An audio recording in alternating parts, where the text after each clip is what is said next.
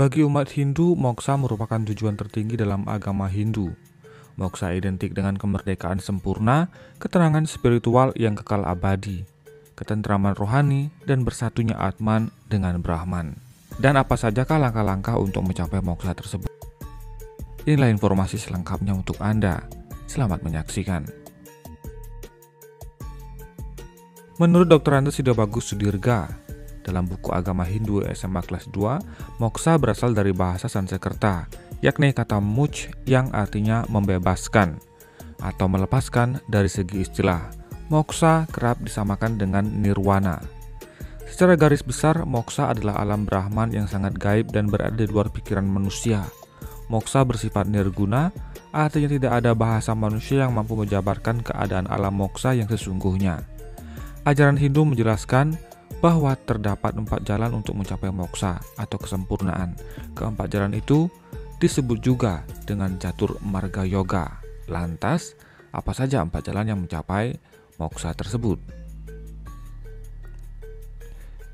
4 jalan untuk mencapai moksa yang dikutip dari buku Tutur Para Kriya, Kontemplasi dan Rekonstruksi Moral Hindu oleh Iwayan Arya Adnyana.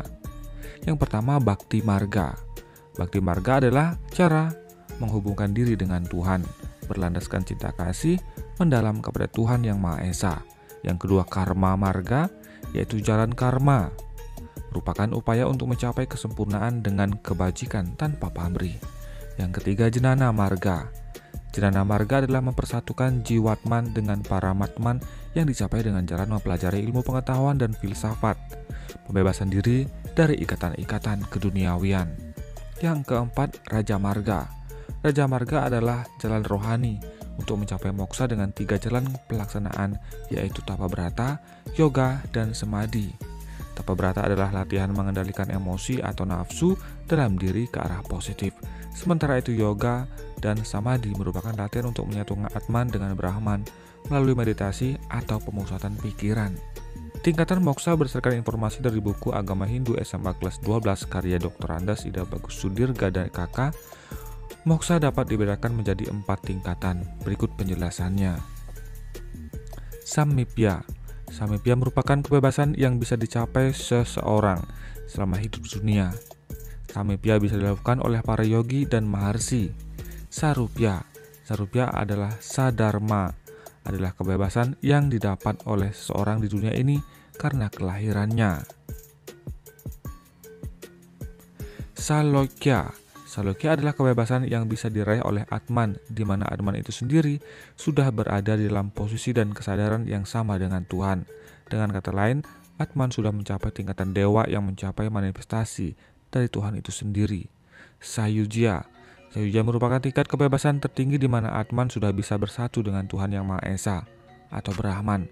Kondisi ini disebut pula dengan Brahman Atman Aikyam, yang berarti Atman dan Brahman sesungguhnya tunggal. Salah satu perilaku sehari-hari sebagai persyaratan moksa.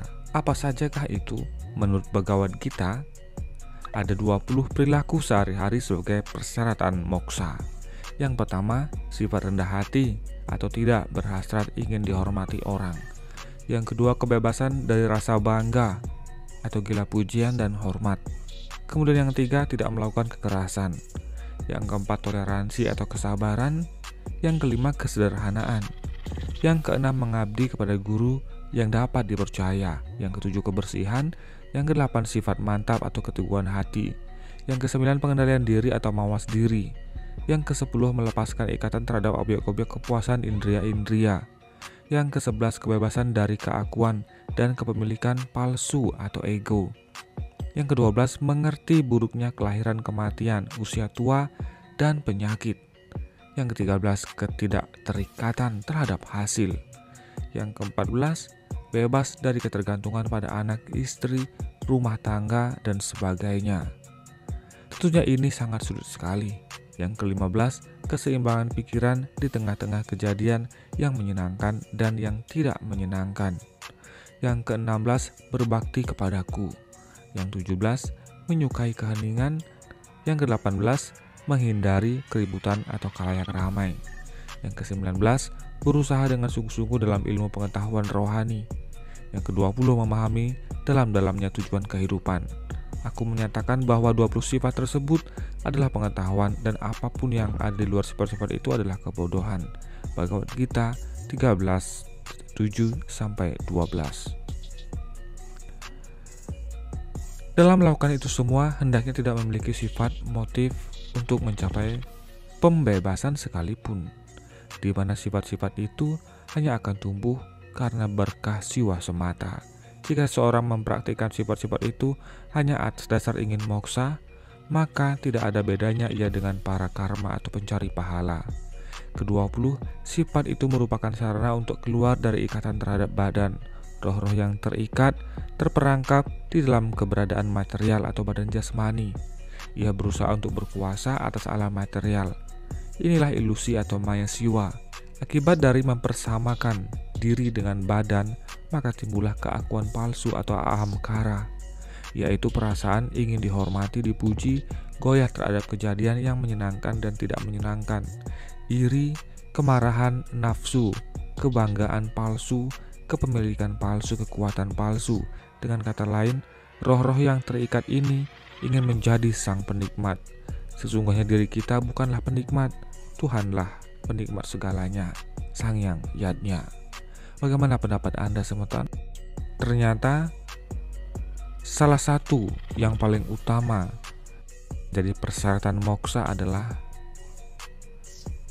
tidak memiliki keinginan untuk moksa. Silahkan tuliskan di kolom komentar. Om Santi Santi Santi Om.